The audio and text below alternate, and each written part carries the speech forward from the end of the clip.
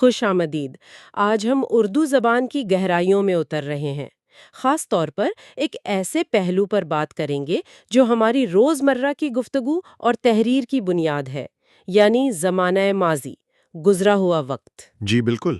ہمارے پاس زمانہ ماضی کا قواعدی مطالعہ کے عنوان سے کچھ اہم نکات اور مثالیں موجود ہیں۔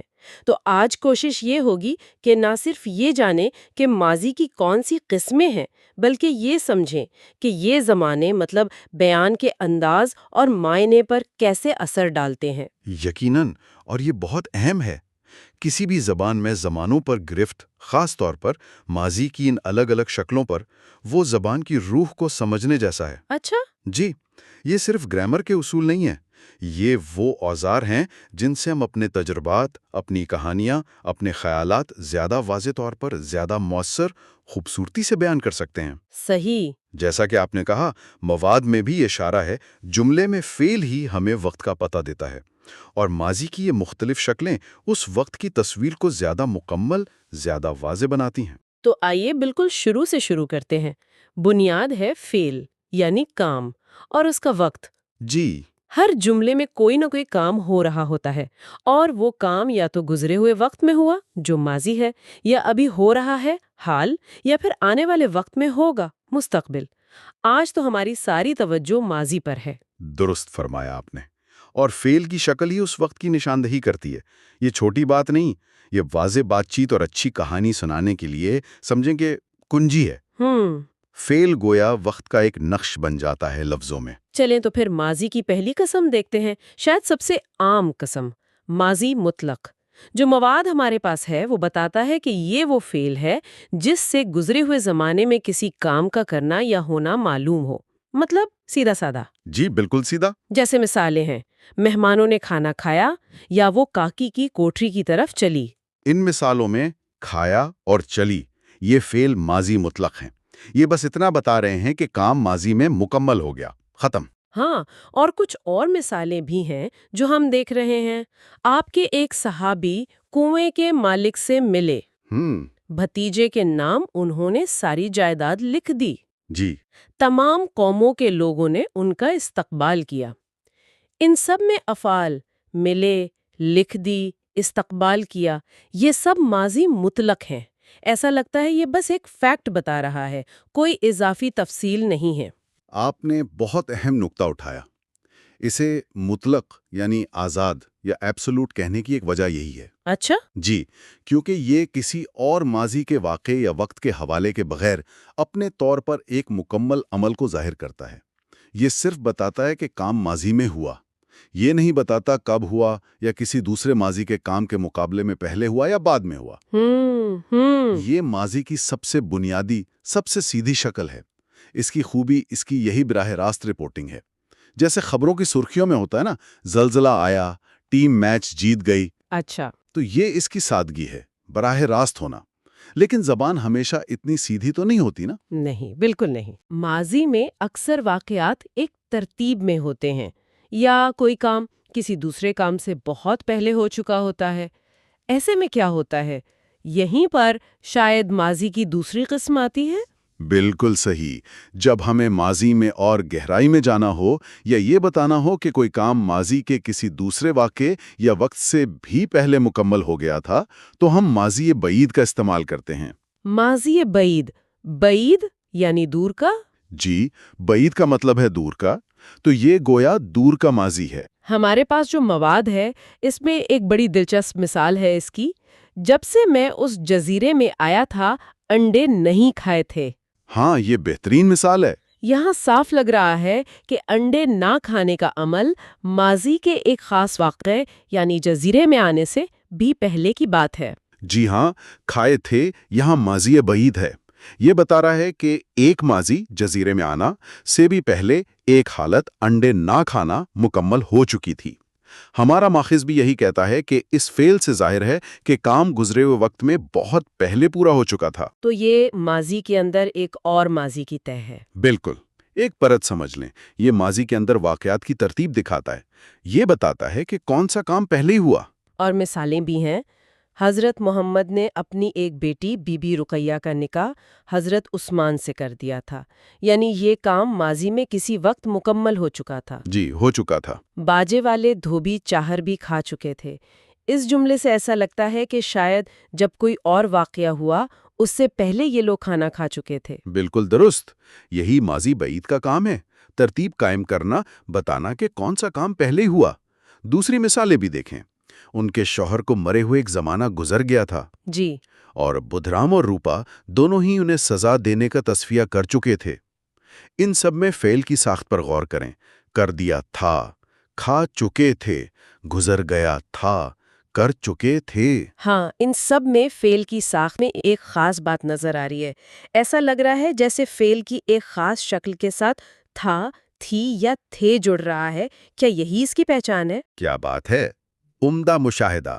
ماضی بعید کی پہچان عام طور پر یہی ہوتی ہے، فعل کی وہ شکل جو کام کے مکمل ہونے کو ظاہر کرتی ہے، جیسے کھایا، کیا، لکھا، گزر گیا، کر چکا۔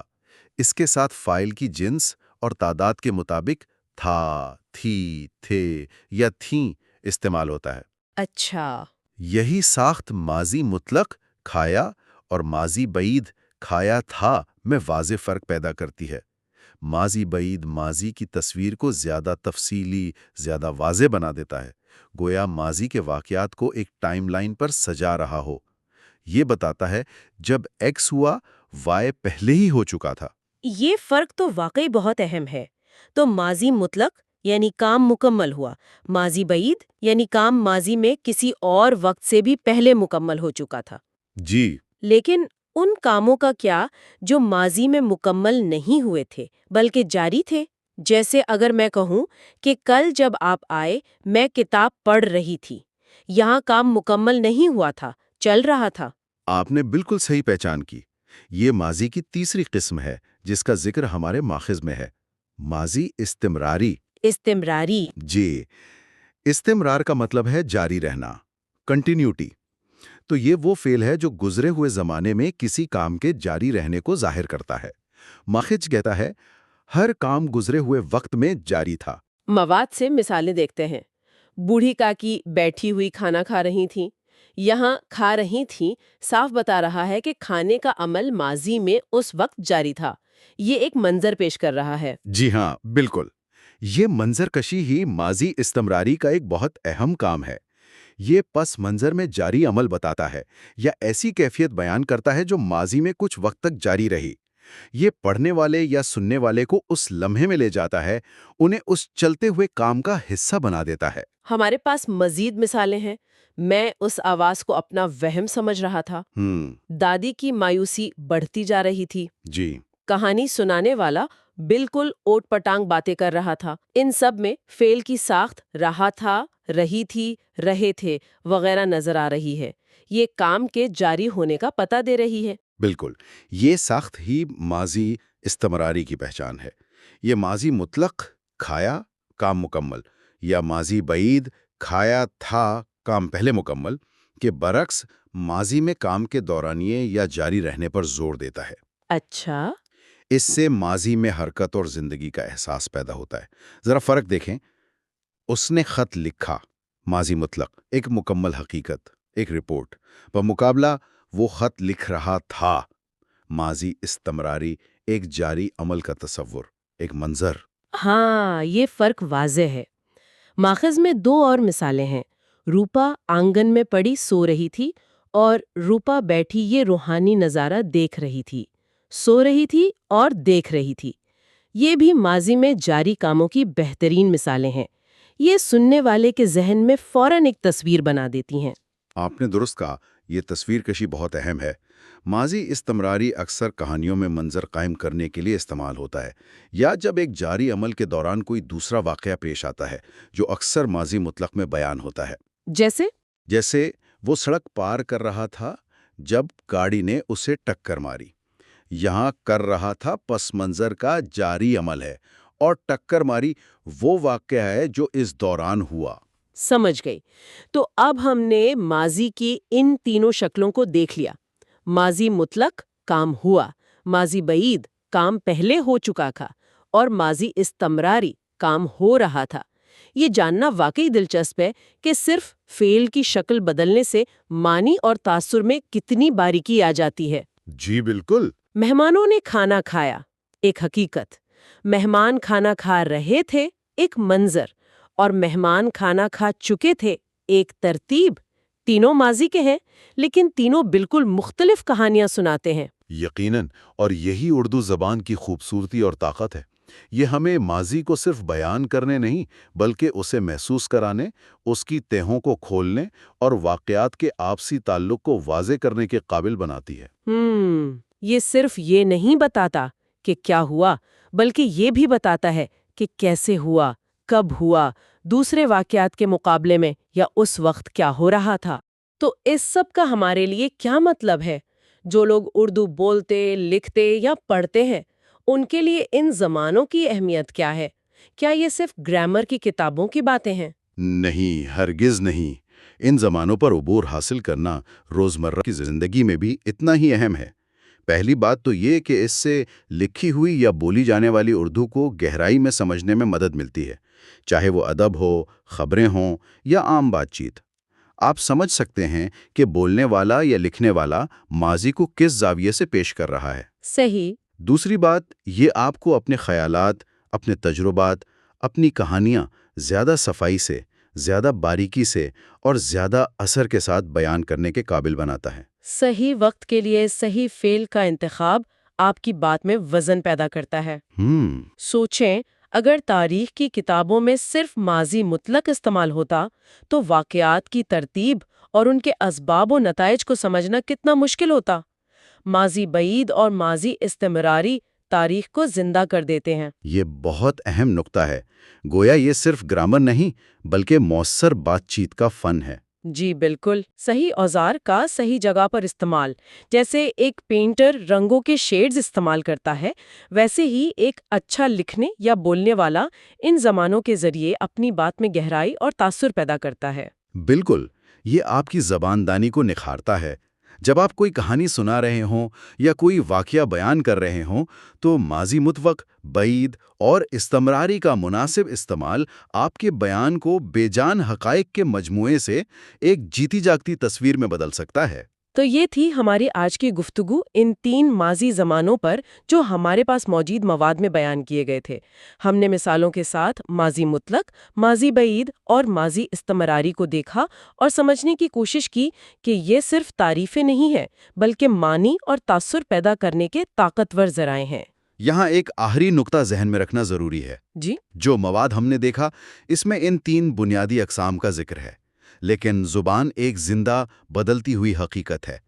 قواعد ہمیں ایک ڈھانچہ دیتے ہیں، لیکن اصل استعمال میں بعض اوقات باریکیاں اور پیچیدگیاں زیادہ ہوتی ہیں۔ اچھا۔ اردو کے مختلف لہجوں اور علاقوں میں بھی ان زمانوں کے استعمال میں ہلکا پھلکا فرق ہو سکتا ہے۔ تو اس کا مطلب ہے کہ قواعد جاننا پہلا قدم ہے، لیکن اصل مہارت سیاق و سباق کو سمجھنے اور زبان کے حقیقی استعمال کو دیکھنے سے آتی ہے۔ بالکل۔ اسی لیے جیسے جیسے کوئی اردو کا مطالعہ جاری رکھے، اس سوال پر غور کرنا دلچسپ ہو سکتا ہے: سیاق و سباق، لہجہ یا حتیٰ کہ بولنے والے کا ارادہ، یہ چیزیں ان زمانوں کے احساس یا مطلب کو کیسے بدل سکتی ہیں، بھلے ہی قواعد واضح لگ رہے ہوں۔ یہ تو سوچنے کی بات ہے۔ جی، مثال کے طور پر کبھی کبھی زور دینے کے لیے ماضی مطلق کی جگہ ماضی بعید استعمال کر لیا جاتا ہے، یا کہانی میں روانی لانے کے لیے استمراری کا زیادہ استعمال ہوتا ہے۔ یہ وہ پہلو ہیں جو آپ کو مزید اردو تحریریں پڑھنے اور گفتگو سننے سے ہی سمجھ آئیں گے۔ قواعد بنیاد ہیں، لیکن زبان کا اصل رنگ اس کے استعمال میں نظر آتا ہے۔ یہ واقعی ایک بہت اہم اور غور طلب نقطہ ہے، یعنی زبان کو صرف اصولوں کے مجموعے کے طور پر نہیں بلکہ ایک زندہ، متحرک نظام کے طور پر دیکھنا چاہیے۔ بہت خوب۔ آج کی گفتگو سے یقیناً اردو کے ماضی زمانوں کو سمجھنے میں کافی مدد ملی ہوگی۔ اگلی بار تک کے لیے اجازت دیں۔ خدا حافظ۔